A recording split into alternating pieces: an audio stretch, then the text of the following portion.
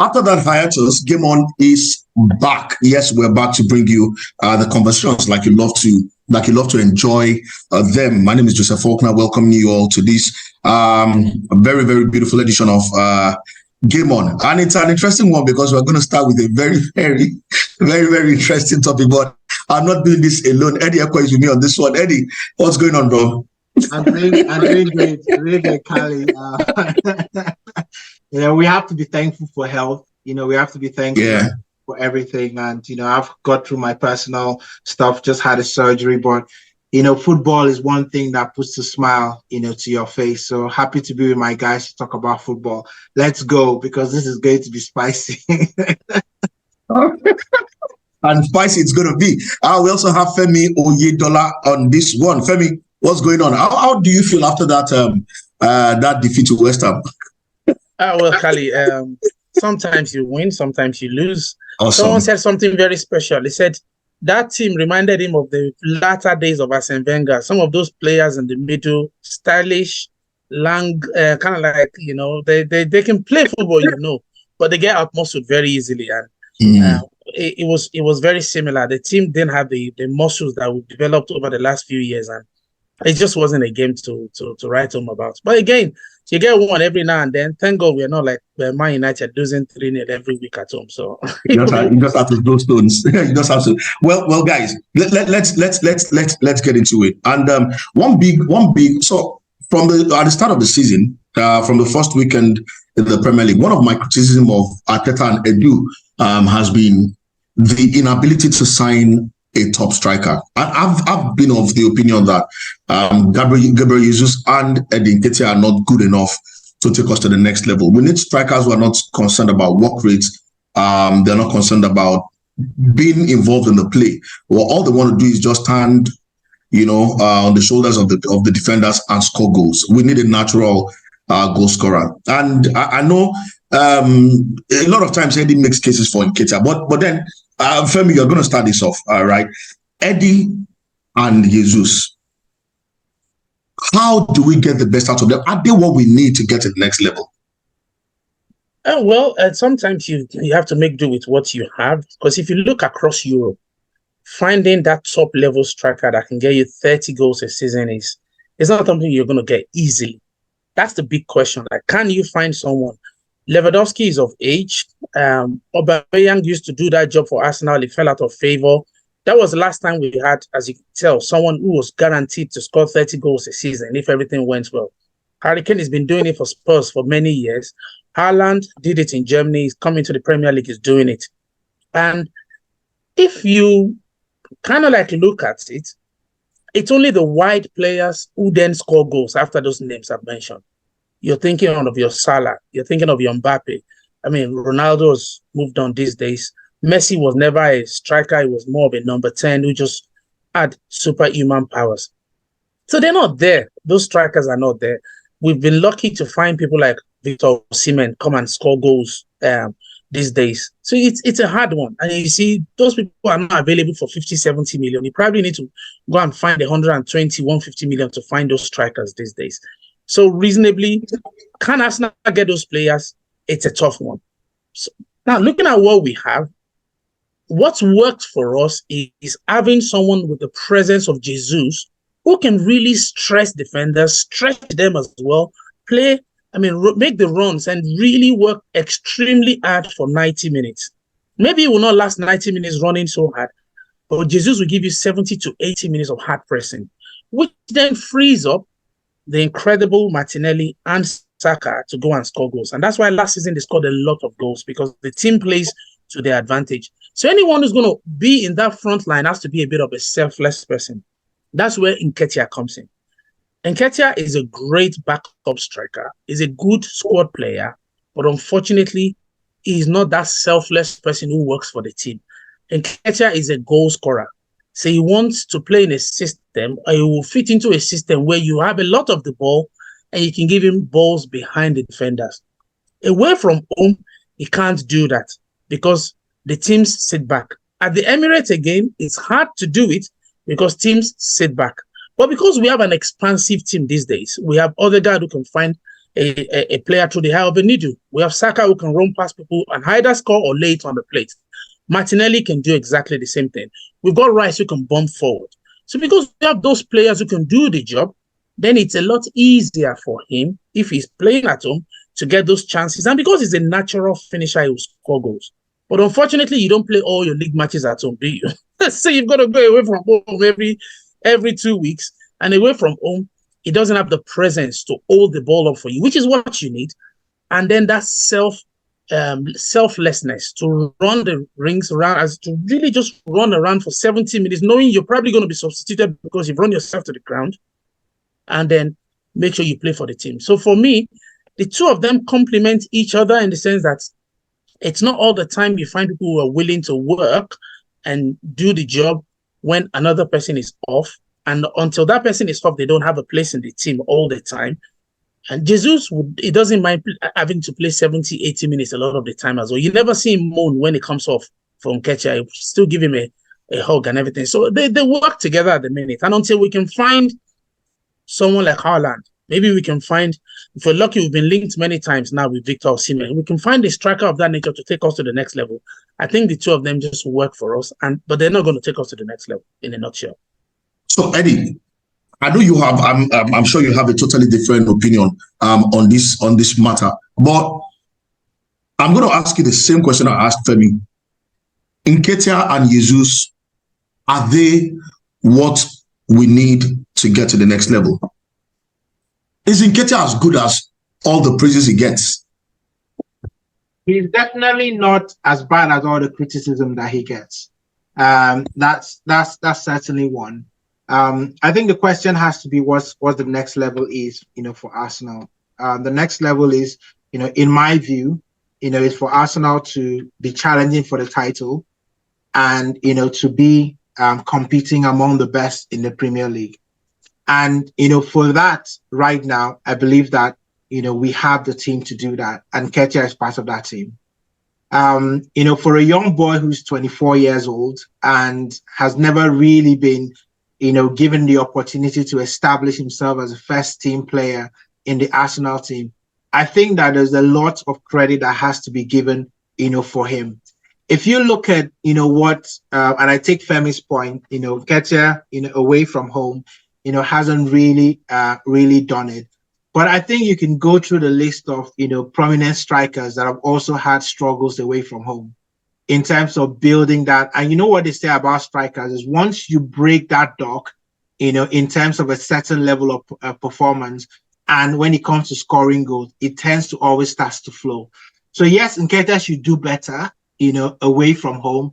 And maybe that's the thing that, Jesus does slightly better. He scores goals away from home. But I think if you look at the contribution that Nketiah brings to Arsenal's team, for me, he's the more direct striker that we have.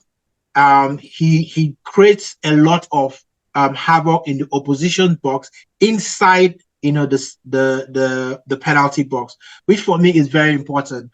He's also very clinical, in front of goal when he has the chances. The trouble with Nketiah is that he doesn't get all the opportunities to start on a regular basis.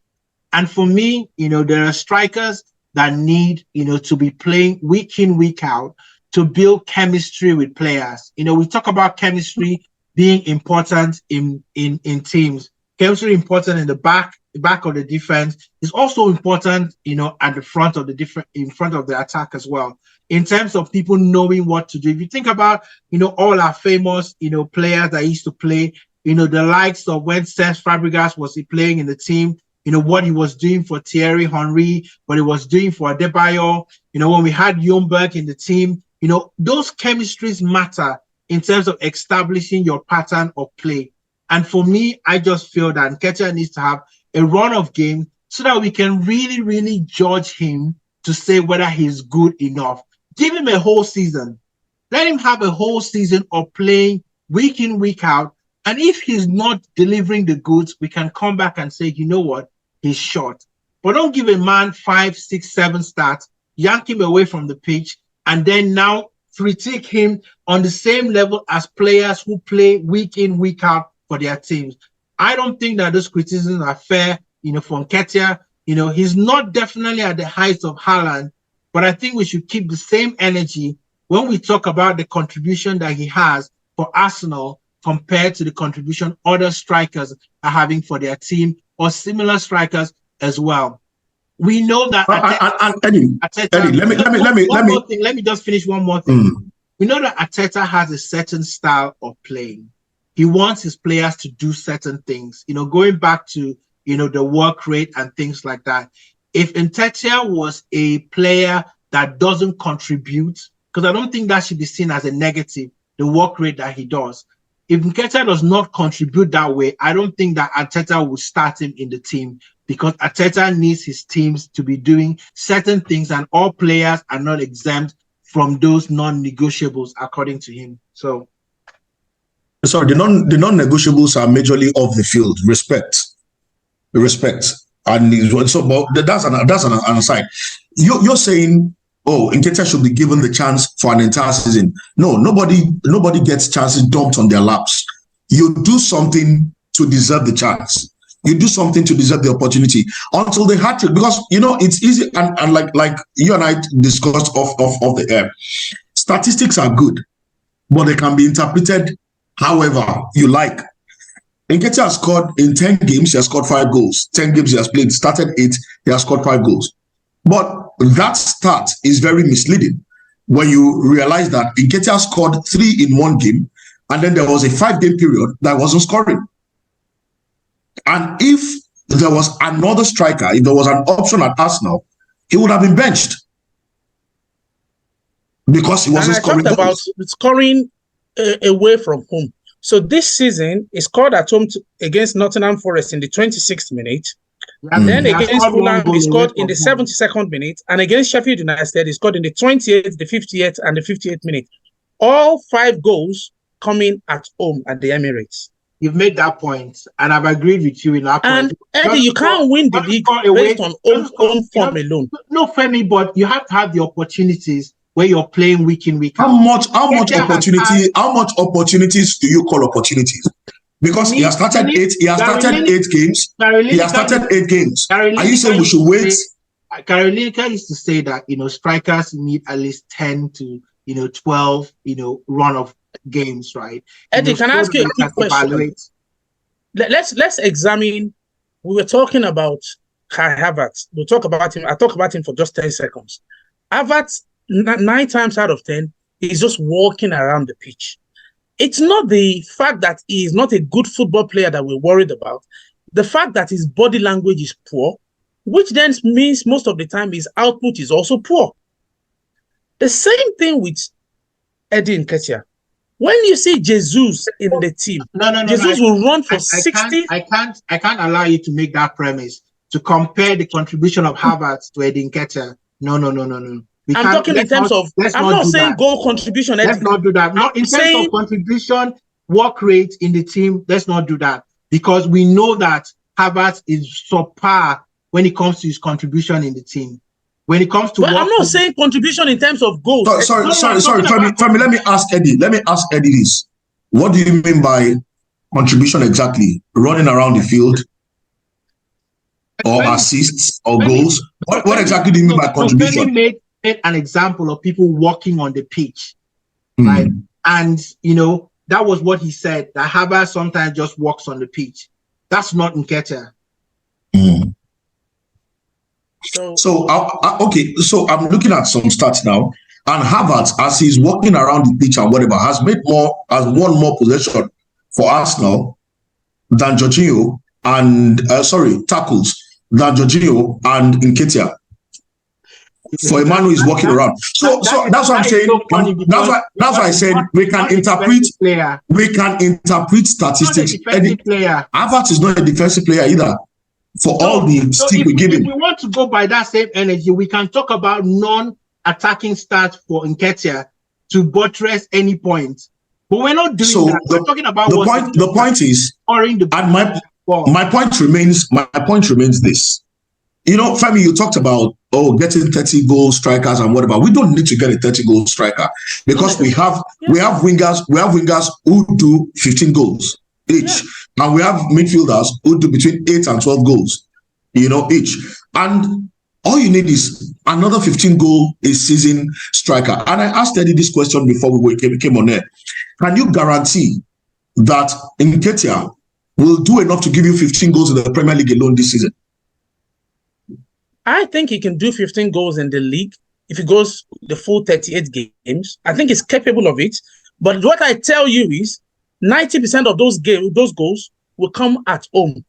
And you will never win the league. But Femi, how do you get 38 games if you are going through 5-game patches and not scoring, 4-game patches and not scoring? When there's another striker.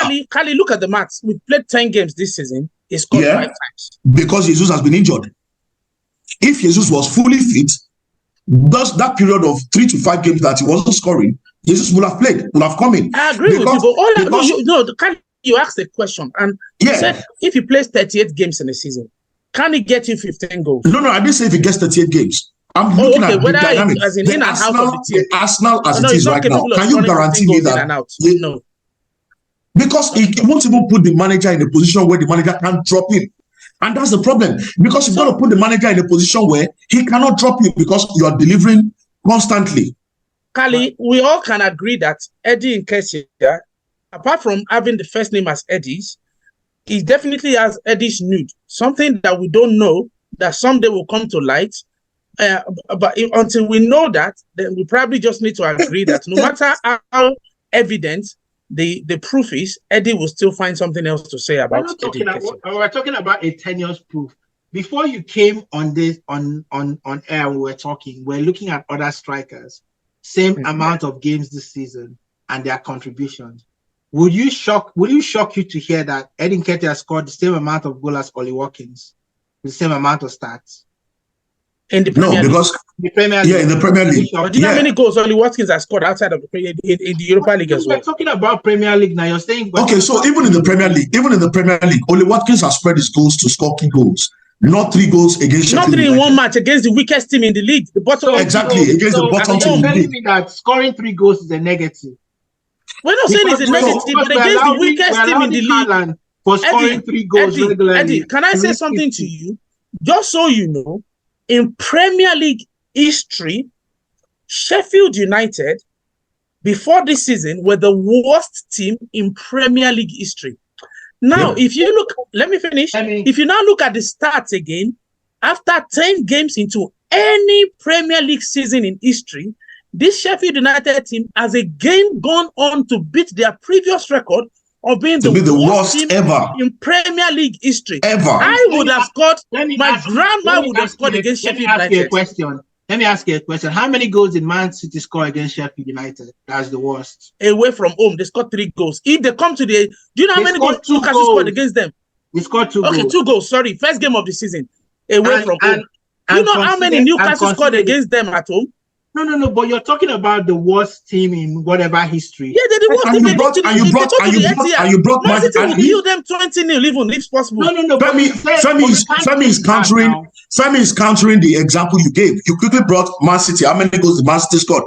And he's asking you, how many goals did Newcastle score against them? First game of the season, no rhythm. They just needed to get the business done. These guys had just won the Champions League, won the treble. They don't.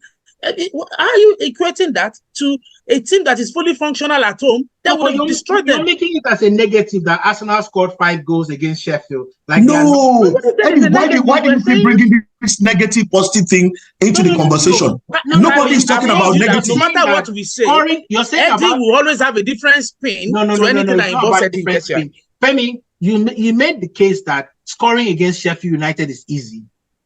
Yes, it's easy. That's what you said. You said scoring against Sheffield United is easy. So it's easy. That was that every team that Sheffield United has played this season, they've not shipped 3-4 goals. And my example was against the best team in the league, where they did not. Sorry, they shipped in 8 goals at home to Newcastle United. What is wrong with you, Eddie? They shipped in 3 against Fulham. Okay. How many people have shipped 8 goals this season? There was a time that Aston Villa shipped 9 goals against Liverpool. Was that this season? It's a terrible. Did that happen? Eddie, did that happen this season? And it wasn't this season. We said, Eddie, we talked about home comfort. If Sheffield United come to meet you at home, there is a high probability that they will lose that game, one. Then two, there's a high probability that if you put the ball if you're a striker, you are going to score goals against them at your home. Even if you're not a striker, your team will score, and it's a matter of possibilities. Newcastle scored 8 against this same team. And Newcastle scored 8 goals against Sheffield United. Yes. Okay.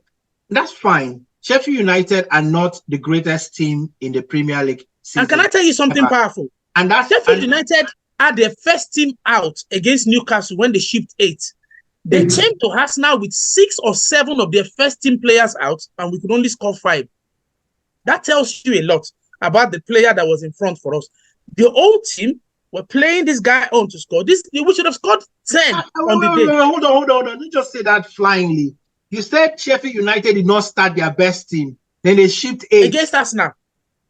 No, they had their first team. Only McBurney and all the guys were in the team when they went to Newcastle. They shipped 8 with their best team. Came to Arsenal with a weakened team, and we could only score 5 goals. I don't understand that point. You beat a team. The point I'm making is they're the worst team. Wait. Arsenal are not even doing it well enough. So scoring 3 goals against the worst team in history that was even depleted. Please, I would have done the same. That's just the argument. No, that's not it. Because 8 is not a normal Premier League scoreline. 5 can be. We have 5-goal games regularly in the Premier season. We don't have 8. So if you take an outlier that Newcastle had, it's like saying that, because Liverpool scored 9 goals against Aston Villa, that means that most teams were capable of scoring 9 goals. Those things don't happen normally. Let's say Newcastle scored 5 against a strong Sheffield United team. Yeah. Now against a depleted Sheffield United team, we could not score 5. But that's not the case now. We scored 5. I don't know what you're pointing at. The team was depleted. That's my point. Eddie, no matter what we say, you find a different spin. Back to Eddie Nketiah. He is a good squad player. But fantastic squad player. And that's what it is. We would be better off, and I'll tell you this for fact, we will be better off away from home if Jesus was injured to have Eddie Nketiah, what's his name? Martinelli on the left, Saka on the right, and Trossard up front as a false 9. I don't think there's any evidence. Sorry. That one, Femi, I will not agree with you because Trossard, there's something wrong with Trossard so far this season. So let's leave that story. Maybe even our best friend Kai Havertz as number 9. But I can't have Nketiah. It's okay. So now, Femi, you are beginning to go off. Your bias for Nketiah. It's not a matter of bias. Femi, you are beginning to go off. First Trossard, now Kai Havertz, you are going off. Okay, let's go back to this. Have you noticed how many times Odegaard was always running to chase the ball down in the front line and asking Nketiah to join in, and Nketiah didn't care? Oh yeah, well, we've seen that happen a few times. Oh no, that has happened a few times. You see Odegaard now. Eddie. Now this one, I'm with Femi. There are so many times you see Odegaard running to go and press, and when Jesus is on the field, Jesus is the one who does that. Not Odegaard. Exactly. But you see Odegaard running. Hold on. You see Odegaard running when Nketiah is there, and you see him doing his hand. Let's be accurate. Hold on. You see him doing his hand, urging Nketiah to join him. Let's be accurate. Wait. Before we jump on Nketiah, when nobody's jumping on Nketiah. Wait, hold on. Let's just make it complete. Let's be balanced. Because when we say that, some people might think that Nketiah does not press. When we play, he presses. No doubt. When we play, Odegaard is usually the one that starts the press. Agreed or not? Not all the time. When Jesus is on the field, Jesus is the absolute animal up front. Jesus chases everything in front of him. Not there. Okay. When Jesus is on the field, our high press is way better. I'll tell you this: Jesus might not be that striker. I'll ask you guys to watch that. But my point I was going to make was that when Odegaard presses, it's not just because the people on the left are not pressing. Even Saka, he calls Saka to come and press as well. So that criticism and energy that you're giving to sorry. When we're running, we're talking about Odegaard running centrally. Yes, to the goalkeeper, running centrally to press. Odegaard, when Jesus is on the field, when Jesus is on the field, that's why our press is way better when Jesus is on. That one is a no. That one is a no. That one is a no-brainer. All night, we can be here all year. Eddie will not agree with any facts, and I'm not saying suspicions or. And Eddie, nobody's saying. No, Eddie, nobody's saying. No. It's not balanced. Eddie, you can't balance the facts. You say what facts are. Eddie, this is not balanced. These are facts. This is not about balance. So, Eddie, we're talking about your point man. That's the point. That's the pivot of your press. As that's not what the thing that he does. The Saka press. We already said this was going to be spicy. Let's take out why do you enjoy comparison? You must always bring other people into the competition. We're telling you about our strikers, our guys up front, right? When Jesus is on the field, our press is way better because Jesus, he doesn't rest. He's always running at the goalkeepers. He's always charging them down. Nketiah does it, no doubt, but not as much as Jesus does. But my own is this. Both Jesus and Nketiah, I don't think they are what Arsenal need for the next level. You need that striker who is not interested so much in the build-up, the tiki-taka, the pass. He stays on the shoulders of the defenders and is looking for space or how to bully them to get a goal. We need that guy who just wants to score goals and not just want to look good on the ball. You know, and that's where I have criticized Arteta and Edu since the transfer window ended. I was hoping we were going to get one person who is just like that, who is just that man that all he wants to do is score goals. And that's what where's the money for it? Let me leave. We paid 65 million. We paid 65 million for Havertz, please. Exactly. Wasted money already. But they still had the money. Okay, so there were rumors that in January they were going to go for Osimhen, but Osimhen's salary ask is outrageous. You know, and that's why they're not going to go for Osimhen again. Now, I heard also that the club was making inquiries about how soon Ivan Toney can start training, because they were hoping that he can start training in November, December, so that when the ban is officially over in January, he can start playing immediately. You know, but I don't think they are granting that request. You know, but there are conversations going on about that to still see if he can still start training in December and he can get match fitness. I thought he was allowed. Arsenal won't be looking at if our strikers, and I said something earlier, Femi. I said Nketiah should be grateful that he has a manager who believes in him. He has a manager who believes that there's something in there that can be built out. Kali at Arsenal Football Club. That's what I'm saying.